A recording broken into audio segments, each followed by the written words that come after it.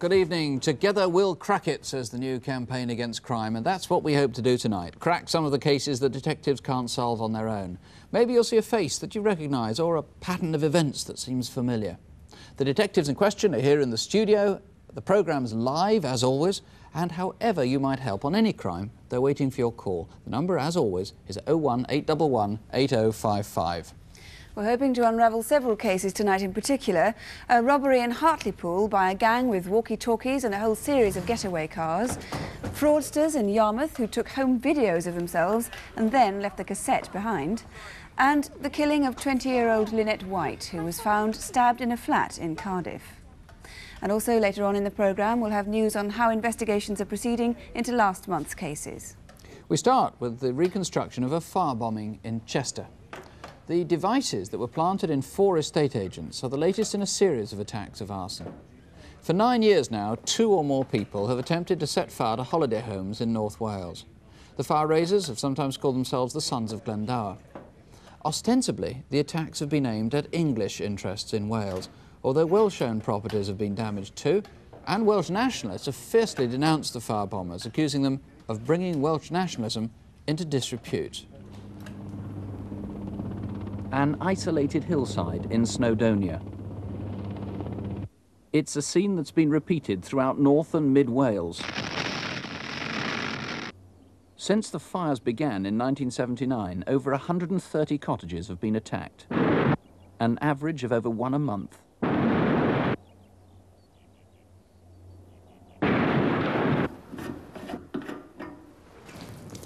The first technique was crude: petrol and a naked flame. But the sophistication grew, and so did the danger. Outside the Portmaddock tax office, a father and son discovered a carrier bag.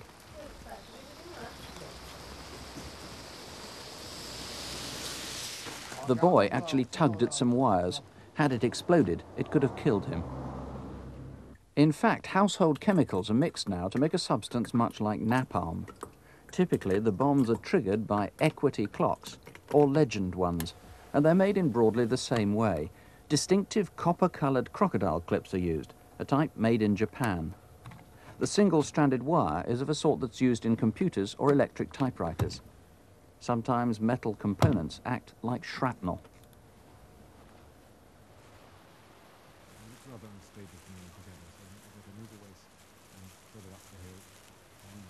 2 years ago, 2 policemen and a bomb disposal expert had removed one of these devices from a building. They placed it safely, they thought, on open ground.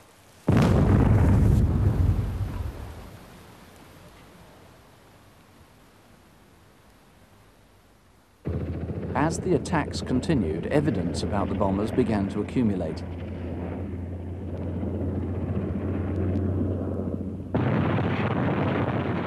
In September 1986, detectives found a footprint. Then a member of the public alerted police to a nearby quarry. He'd seen 2 brand new rucksacks floating in a lake.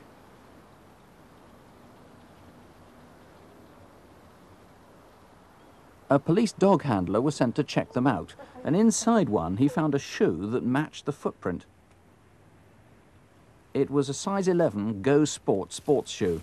He also found a pair of black woolen gloves, a black stocking, and 2 anoraks with leggings, one green and one blue, both trademarked Schooner. There was also a Stingray pocket torch and a pair of size 8.5 Puma sports shoes. And from forensic evidence, police now know the blood group and the hair type of at least one of the people involved.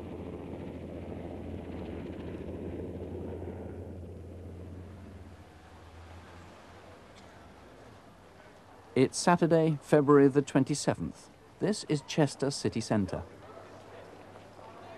It's an ancient city crammed with timbered buildings, potentially a tinderbox. At 5 o'clock, the shops began to close and streets began to empty. But in the evening, the city comes alive again as people stream back to restaurants and nightclubs.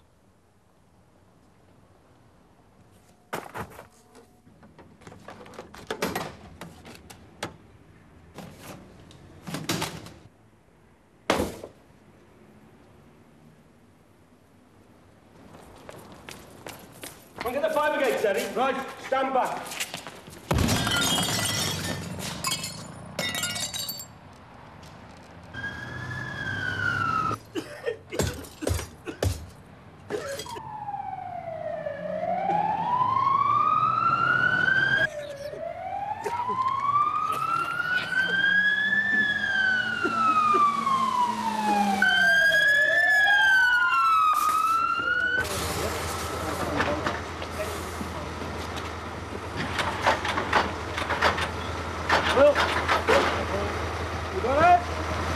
Could have been very nasty, this. It looks like we've had something inside there that's been, I don't know. Is there an incendiary device? I don't know, it could have been. There's a fire up here. Where? At the top at the end. Sarge, Yeah, Peter, get an extinguisher, up here, quick. there's another estate agent up here. All right, come on.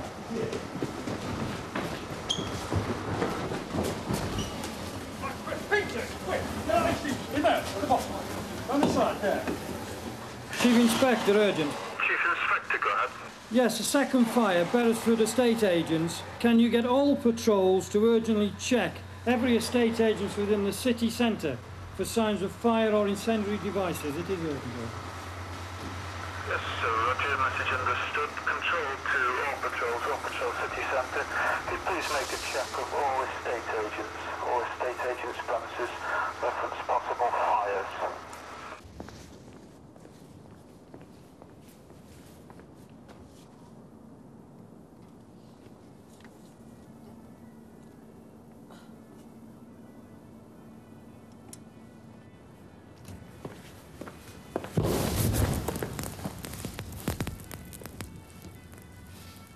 Four bombs went off in Chester on that night. As in other incidents, no one was killed or injured. But frankly, that's been out of luck as much as judgment. Gwyn Williams, how can people help? As we've seen, these devices are powerful, and I'm really worried that somebody before long will be killed or seriously injured. I know that the people who wore that clothing were involved in those fires in September of 1986, and I'm anxious to speak to anyone who saw those people. Right. Now, these clocks, I gather that these Legend and Equity clocks have been used in really quite a number of attacks. That's right. We're quite satisfied that these clocks and various other parts have been used in all the devices we've come across in the last 6 months or so. Now, that presumably means that someone has bought them in a batch or stolen them in a batch, got them from a mail order company or something, and a whole lot of them together. That's right. We're particularly anxious to speak to anyone who may have handled these clocks. It's quite probable that somebody bought them in batches, as you say, of 4 or 6. And certainly the wires and the clips are of considerable interest to us. Obviously, you need anybody in Chester on Saturday, 27th of February, who remembers seeing anybody posting things into estate agents sometime after 5 o'clock. That stands to reason. You said, though, at the beginning you were really worried people are going to get killed or injured in time. It hasn't happened so far, it must be said. Certainly, it hasn't happened yet. And I would pose the question to anybody who has any information, in particular people who might be on the fringe of these groups. Examine your conscience. Can you live with a child killed or seriously injured? I don't want to find myself one night in a hospital or perhaps in a mortuary. And I would ask those poor people to certainly come forward. In part, this is about the Welsh language. Maybe you should address part of your appeal in Welsh. Certainly. Mae gen I ofn rhyw ddiwrnod y ceith na rhywun I ladd. Ydwch mi roed y cwestiwn yma I chi. A fedrwch chi fyw efo'ch cydwybod os oes gynnoch chi ryw wybodaeth sydd o ddefnydd I ni. Os oes gynnoch chi, ffoniwch ni rwan. Well, whatever language you speak, please call if you have any information. You can talk to a BBC researcher if you prefer. Of course, you can ask for a Welsh speaker. If you wish, you can remain anonymous. The number is 01811 8055. That's 01811 8055. Or you can call the incident room. That's on 0492 518 383. That's 0492, the code for Colwyn Bay, 518 383. And now some news of progress as a result of last month's call to Crimewatch.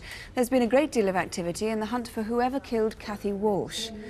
One night last October, Cathy played bingo and then travelled home by bus from Tooting in South London to her home not far away in Mitcham. She was murdered in her house later that night. We appealed for help to trace the man in a photograph discovered in Cathy's possessions.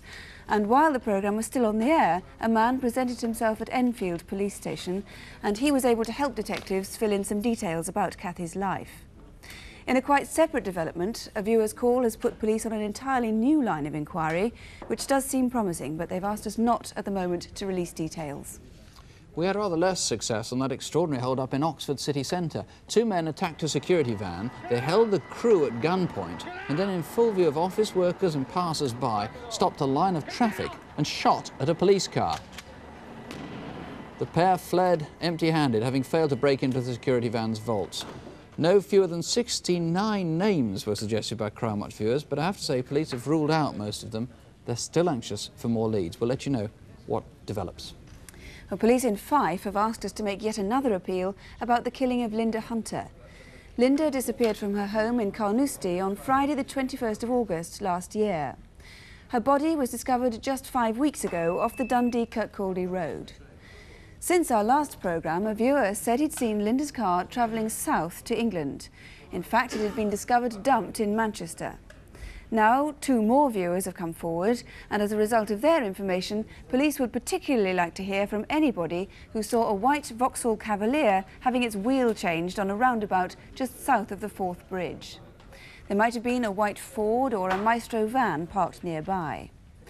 Or if anyone was at the Moss filling station on the A74 just inside the Cumbria border at 2:15 that morning. That's 2:15 a.m. on August the 22nd. Were you at the roundabout or that filling station at the time? If you were, please do call us. It's 01 811 8055. We'll have more news later in the programme, and of course we'll keep you up to date on the calls that are coming in right now. First to Incident Desk. Here are Constable Helen Phelps and Superintendent David Hatcher. Police in Middlesex are baffled by the death of John Lawrence, an ophthalmic nursing tutor.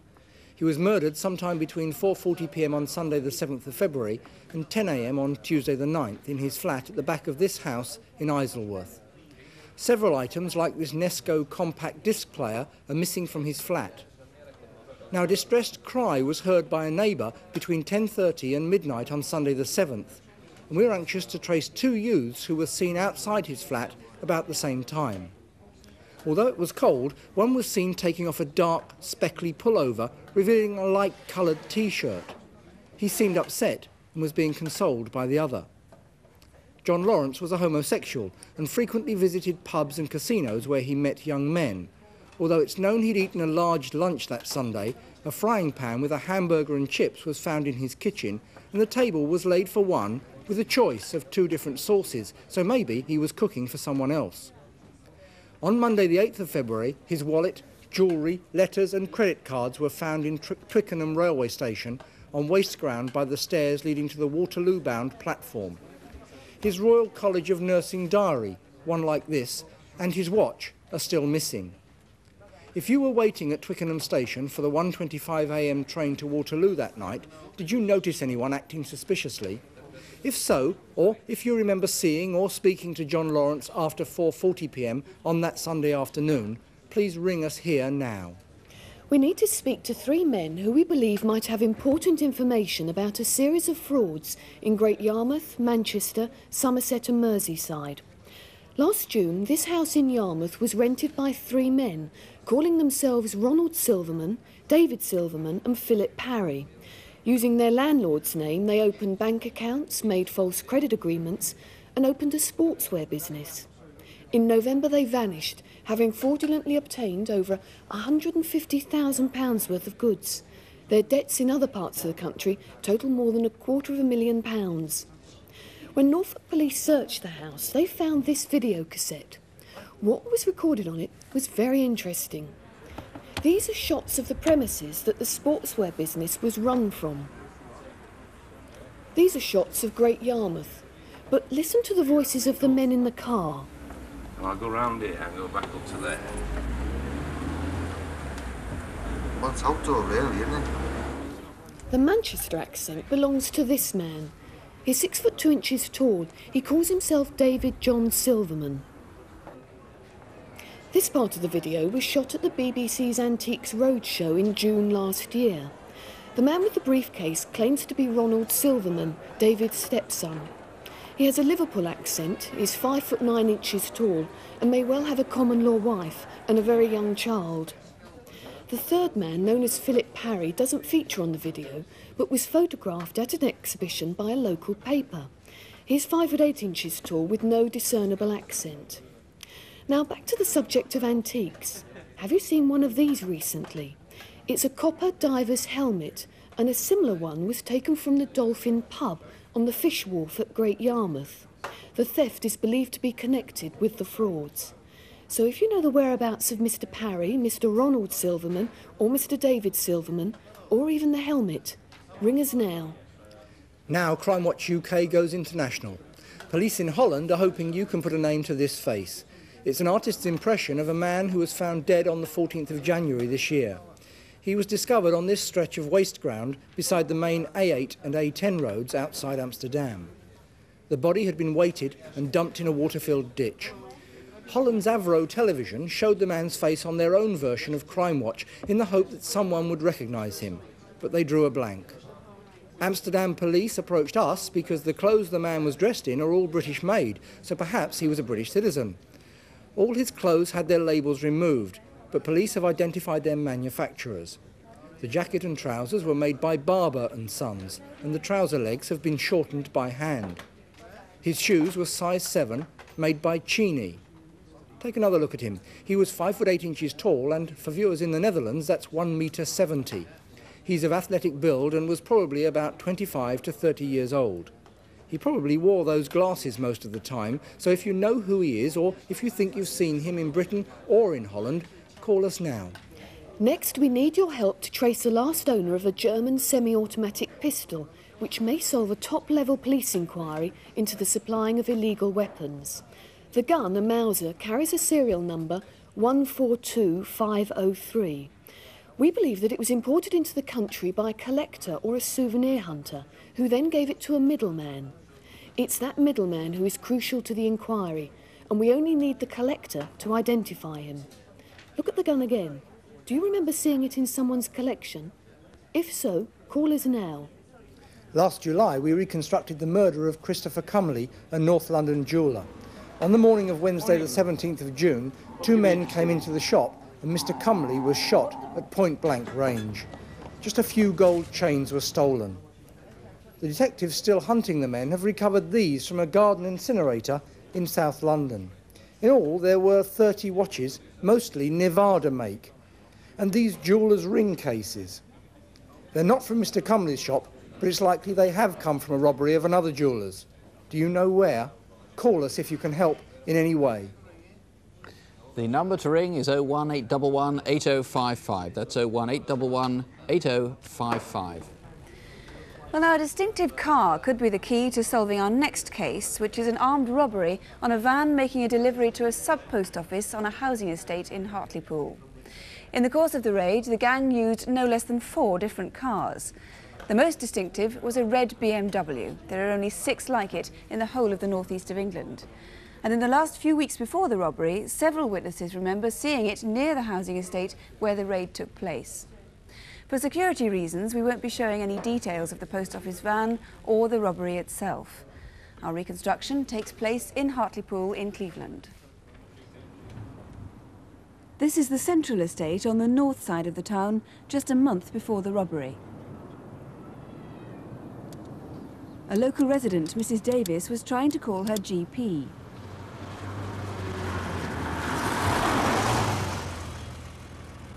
Is it working, missus? Yes, my number's engaged, you can have it. Oh, chatting. Mrs. Davis says she remembers the BMW because it wasn't the sort of car she'd seen on the estate before. Right. We were in a bit late this morning. I had a bit of an accident. I got a smack in the back bumper. I'll be all right. But she couldn't see any damage to the back of the car.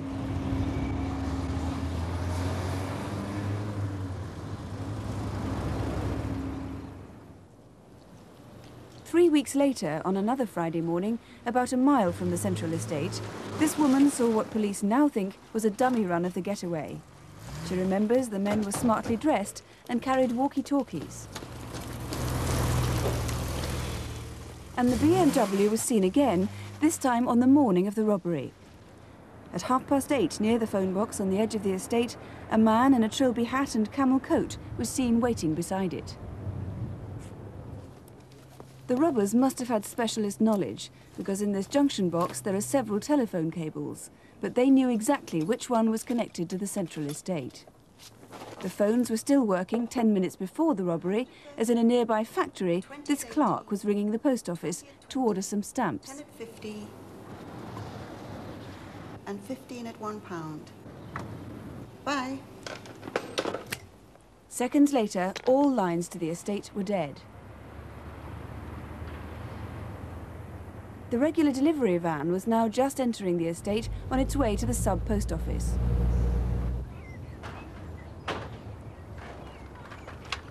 Next door to the post office, the milkman was delivering to the grocery shop as usual. Good eat, love. Yeah, the usual. Yeah, you got it.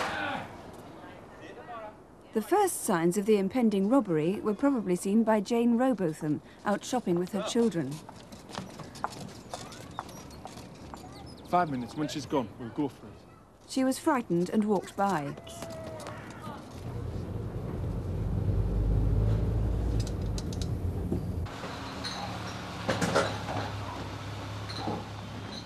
As the van driver went to inform the post office that the delivery had arrived, this Bedford Astra reversed up behind the van.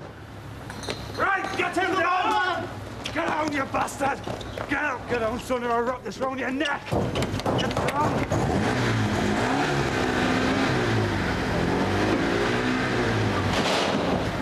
Come on! Stay down, you bastard!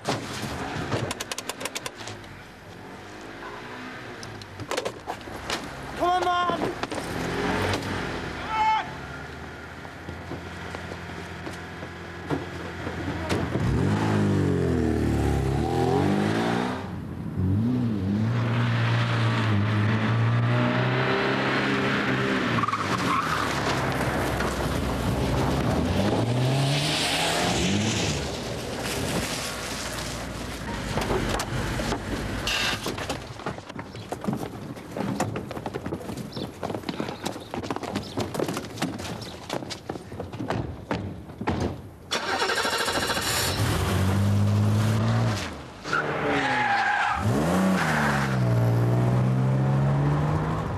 Although 5 men were seen getting into the BMW, it must have stopped shortly afterwards for some of the gang to get out.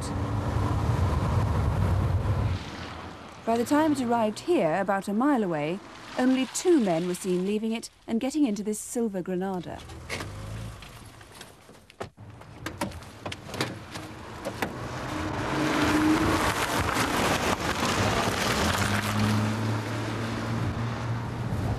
Well, from the map you can see that from Warren Court, the Granada travelled about a quarter of a mile to Tenby Walk, where it was found abandoned. Then from Tenby Walk it's about 100 yards to here, Gower Walk, where we know that about 8:30 on the morning of the robbery, a silver Nissan Bluebird was seen pulling into this parking bay here. Police now believe that Nissan was planted here as a getaway car, and we know that the Granada was stolen from Northumbria. But where the Bluebird came from or where it went to remains quite a mystery so far. Maybe we'll find out in the course of this programme. And the gang got away with several £1,000s worth of cash and stamps and car tax discs.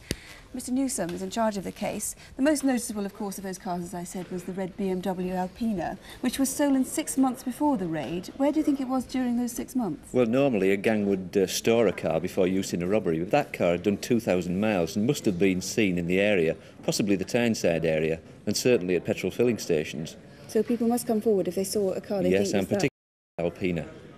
And the silver Granada was also stolen from Northumberland, not so noticeable as a car, but some quite interesting and distinctive things stolen from it. Yes, a very valuable set of Ben Hogan Apex golf clubs had been in the car when it was stolen, and those were missing when the car was recovered. Right. those we're showing actually aren't the original ones. We do have just one that was left behind with a tan handle. These all look the same. Yes, the owner had kept this in his possession, and in fact these were specially made for a very tall man.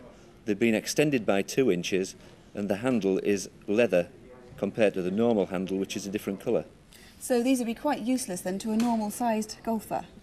That's right, they are quite distinctive. So maybe somebody in all innocence has come by these golf clubs, and that could be a vital lead to the gang. It could. The other thing that was left in the car was the driving licence. You brought in a replica there. Yes, the owner of the Granada was a Mr. Alistair Smith of Morpeth. Now, that driving licence may have been used to hire vehicles, and I'm particularly interested in any that have been hired in the Tyneside area, possibly by the gang, under that name. Now, we have 2 video clips people might recognise, we hope. One of a man who was seen parking the Nissan Bluebird, where we saw just now, in Gower Walk. Yes, he's described by a witness as being about 35 years of age, thin, short, curly, dark hair, and he's supposed to look a little bit like Robert Powell, the actor.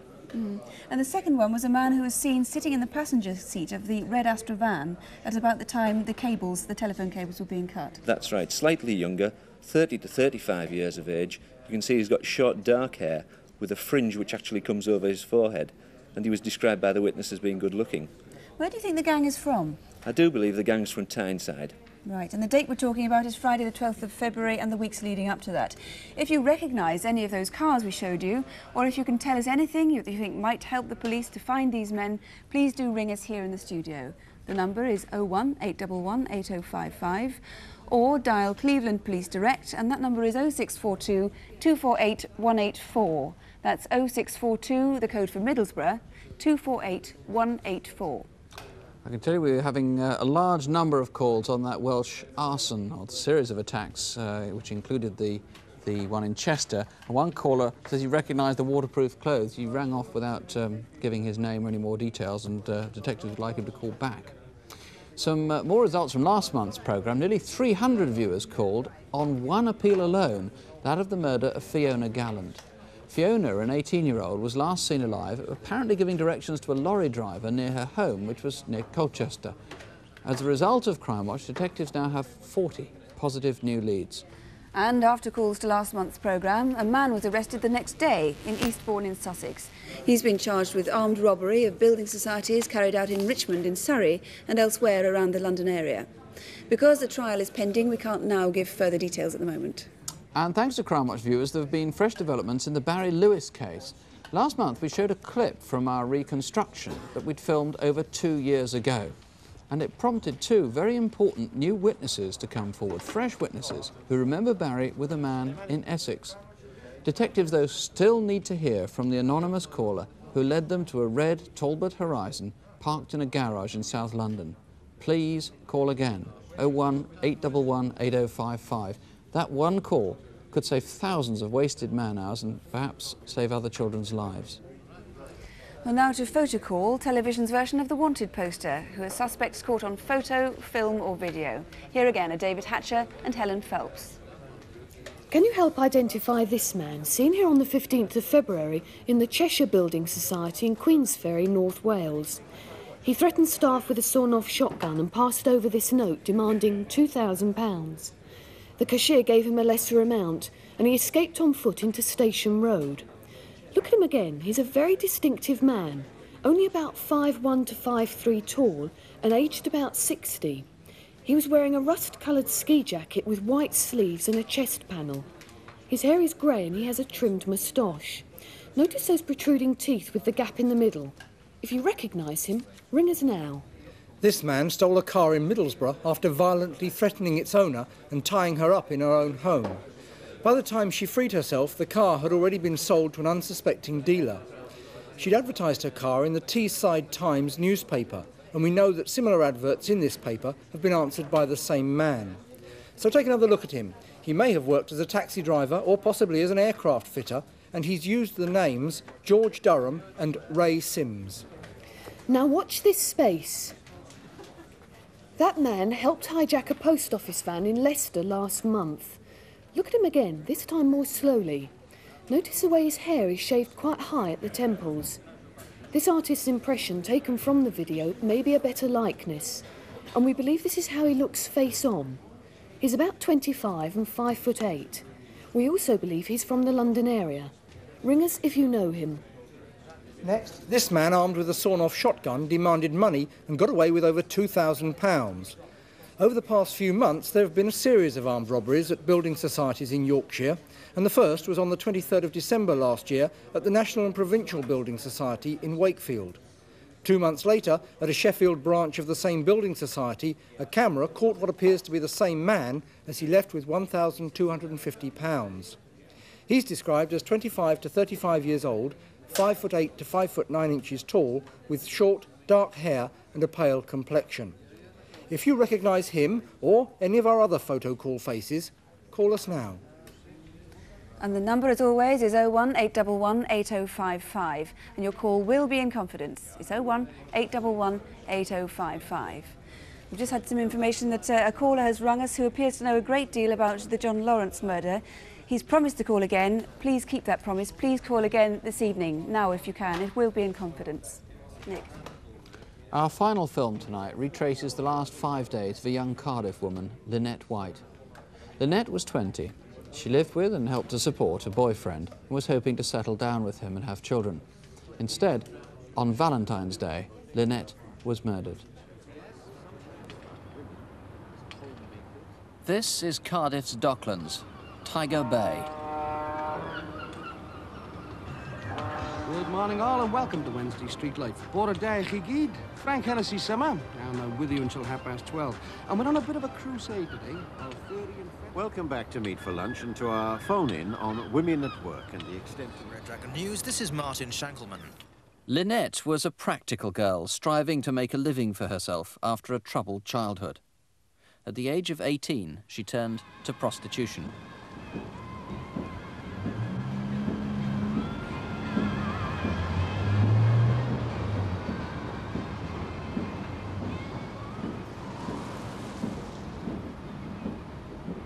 Every night, 7 nights a week, she'd work here from 6 p.m. till 1 a.m., often taking clients to a flat in James Street. When she stopped work early in the morning, she went regularly to meet friends at a nearby club. You're always stealing my cigarettes. Oh, come on, no, there's plenty. I've only got Come on, there's 7 left. plenty behind the bar. Now, what's This is the last one. Well, I only knew Lynette from the club, but more of a friend than a taxi driver, you know, as the time went on, like. She used to talk a lot and dream a lot and, you know, like any other young girl, like, you know. But herself, she was a cracking girl, and I used to think a lot of her, like, you know. Hey, Jack, how's your back? Hey, Jack. Get the state of you. Head on you. On Tuesday afternoon, Lynette left her flat in Grangetown, and for 5 days, she disappeared. She was seen around the city, but she avoided her closest friends.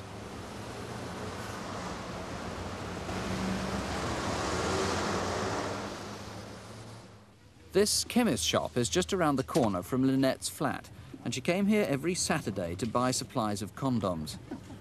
Lynette walked in as usual on Saturday the 13th, her 5th day away from home.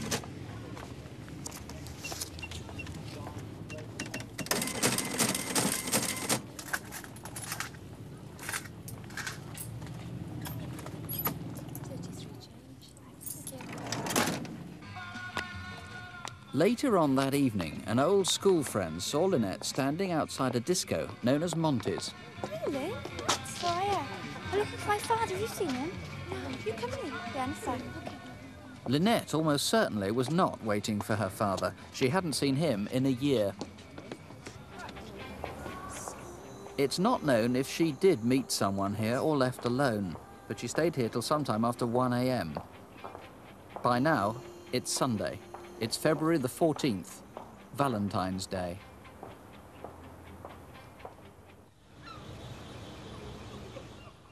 That afternoon, a woman walking down James Street noticed a man who was standing in a doorway. He appeared to have blood on his hands. This is next door to where Lynette took clients. The witness walked past the Maritime Museum and stood looking out to sea when she felt someone sit down beside her. It was the man from James Street. At 8:45 that Sunday evening, Lynette's best friend went round to check the James Street flat. She was worried by Lynette's disappearance. When she saw a door locked shut that was normally open, she called the police. Charlie Quebec 07, I need a console very urgently, over. Yes, from Charlie Quebec 07, I'm at number 7 James Street. I've just broken in and found the dead body of a woman inside, and it appears to be a suspicious death. Charlie Quebec 07, Roger, that's Milton Wilco 07, come to 1 out. Could you inform the inspector and the CID to attend, and also get the police surgeon out, over? John Williams calling it a suspicious death turned out to be the understatement of the year. It was the most appalling attack on her. She had been stabbed, I think, was it over 50 times and had her throat cut. Terrible Indeed, attack. that is so. It was a very cruel, vicious and violent murder after what is a young girl. Now, the man seen virtually outside the flat that she used to take clients to must be the prime suspect. A man who was mumbling, incoherent. I gather he was crying at times too, blood on his hands. That is right. He certainly is a person who we must speak to at this time. Would other people have seen him, and if so, how would they have noticed him? We've compiled a Crimewatch video feed. What are the distinctive features? He is very distinctive. He's got dark brown, greasy hair with lightning towards the front of it. He's about 35 to 40 years of age and between 5'8" and 6 foot tall. And we must remember that this man was bleeding himself. He's cut himself. He's also got blood on him from the deceased. He's upset. He's crying, and he's in a bit of a state. And presumably might have sought medical attention himself. Well, if he'd cut indeed, himself. that is so. Why had she left her flat for 5 days, do you know? Well, Where was she? she's had a bit of a tiff with her boyfriend, and I think she's had problems with going to court to give evidence. She is a local girl. She would have stayed somewhere in the area. There is no doubt that someone out there knows where she stayed, and we would like those persons to come forward and speak to us. To eliminate them, obviously. That is so, yes. Everybody seems to speak terribly highly of this girl. She was tremendously liked and admired, and I gather even a large number of her clients have come forward who went to her as she was a prostitute. Yes, of course she was, but she was a popular girl, she was a quiet girl, she was well liked. But there are other clients in the city and outside the city who ought to come forward and tell us when they've been with her so that we can eliminate them from the inquiry. Well, Lynette's family and close friends have put up a reward of £1,000. Here's the number. 018118055. That's 018118055. Or you can call the incident room in Cardiff. That's on 0222 398 381. 0222, the code for Cardiff, 398 381. Well, detectives and researchers taking calls have been very busy tonight. One caller we just heard has recognised that Mauser gun, which we showed on incident desk. He wants more details about that. If you'd like to ring back, we can give you more details, or watch our update programme at 11:20 when we'll show the gun again and give more details. Somebody else has called to say that the wire used in the Welsh bombs has been recognised, and he says it comes from a typewriter firm which used to trade in Porthmadog. And somebody also says that the clips have been recognised. In fact, we've had quite a lot of callers who've recognised those clips as clips which are sold by the Tandage chain of stores, who usually take the name and address of customers. So police will be following that one up too. We'll keep you posted. If the lines are busy now, please don't give up, because we're going to be here answering the telephones until midnight. You'll find all the local relevant police numbers on CFAX, if you have that. That's on page 186. And we'll give them again in the Crimewatch update programme at 11:20. So do join us if you can. Or phone local police, or you can write to us at Crimewatch UK, BBC Television, London W12 8QT. The essence of Crimewatch, of course, is that it doesn't help to worry about crime. We need to do something about it, all of us. And that theme has now been taken up in this new government campaign. And as part of that campaign, Douglas Hurd, the Home Secretary, toured the Crimewatch studio before we came on the air tonight and met some of the detectives who are investigating tonight's cases. It's a good take-up. It's very good, actually. Yeah. Now, your campaign, really, is sort of taking up where Crimewatch leaves off in one sense. I mean, what you've shown is that people are anxious to help the police, but that shouldn't be just once a month when there's Crimewatch. And what we're trying to put across is two things. First of all, rising crime isn't inevitable. In some places it's now actually falling. It's still very high, and everybody can do something to help, and our booklet, our handbook, is designed to show exactly how. In the last 10 or 20 years, in tackling crime, the main emphasis has been on putting more resources in the hands of the police. Is there a growing recognition that really isn't enough, that we, the community, are going to have to be at the forefront? Well, I'm sure it's been right to put more resources into the police, and there are now 20,000 more people working with the police than there were in '79. So that must be right, but you're also correct. It isn't the whole answer. I mean, even if you had a police officer on every street corner, you wouldn't actually be coping with the problem unless the community itself, everybody, helped. And there are many ways in which they can do that. Well, do phone for a booklet. It's free. 100,000 have been asked for in the first week, and we strongly recommend it. As I said, it's free. The number is 01 200 1000. That's 01 200 1000. But only use this number for a copy of the booklet. We'll be back from a month from now, or rather he will. Patty Coldwell will be here in my place while I take a quick break from the programme to have a baby. From both of us. And from both of us. Good night. Good night.